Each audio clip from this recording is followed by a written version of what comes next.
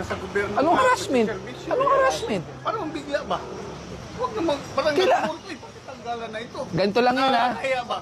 Ganito lang yan. Kami sir sa sarili sa residente dito. Alam mo, ganito lang yan eh. Kung biglaan, gusto mo may warning. Para ano?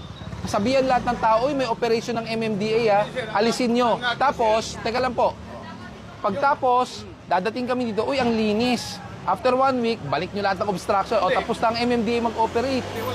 Alam nyo, ang aking ko lang bilang purok leader, purok leader at sa barangay kami, magkaisa naman tayo. Ako, purok, bawal na yan. So, ang akong gusto ko, huwag ibigla. Kasi tinan mo mga nakakaya. Tinan mo si purok, outpost niya tinanggal. Parang, ano ba kami? sir, Dumalabag Sir, kami sa batas. ito nga po eh. Buti pa po yung ibang tindahan, walang obstruction. O, like this one, walang extension pero, Okay na sir, di ba? susundin na natin. Hindi na ako So kayo po talaga ang mali. Oo. O, tatanggalin na po natin. Wala, tanggalin na natin to. Sige na. Tanggalin na yan. Sir, tatanggalin na natin. Pakitanggal po talaga dapat yan. O, tanggalin na yung mga kuwang gamit ninyo. Tanggalin na yan. Yung structure. Hindi kasi ang problema dyan. Sabi nga ng mga may-ari sa sasakyan, eh sir, hindi naman halos nadadaanan kasi pagdating doon, may nakaharang na outpost, may nakaharang na kung ano-ano. Kaya pinaparadaan na namin. Hindi, wala pong problema yung tent. Ang sinasabi ko nga kay purok leader, paano maglalakad ang tao kung hinarangan nila, di ba?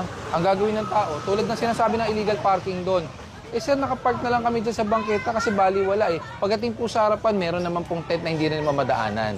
Yun yung sinasabi ko sa inyo na tutularan kayo. Kayo ang nagiging rason kung bakit yung iba hindi sumusunod sa tama.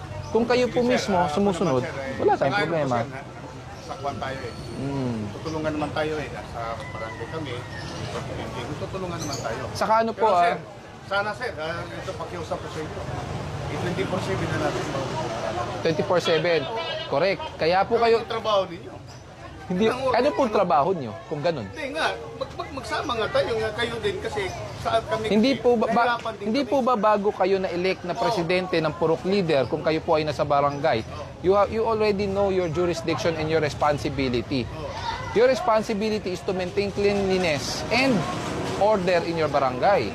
So aside from us, MMDA as the national government, ang lokal na pamahalaan tulad po ng barangay, which is the simplest and basic form of government, responsibilidad niyo po itong kalsada. Hindi niyo po pwedeng sabihin sa akin na dapat 24/7 kami dito. Kung kami po ang magta-24/7. Yan. Yun, kung anytime tatawag kami sa inyo, kayo ba ay ano? Wala namang problema po sa amin yun eh. Pero ngayon, babalik ko sa iyo yung question.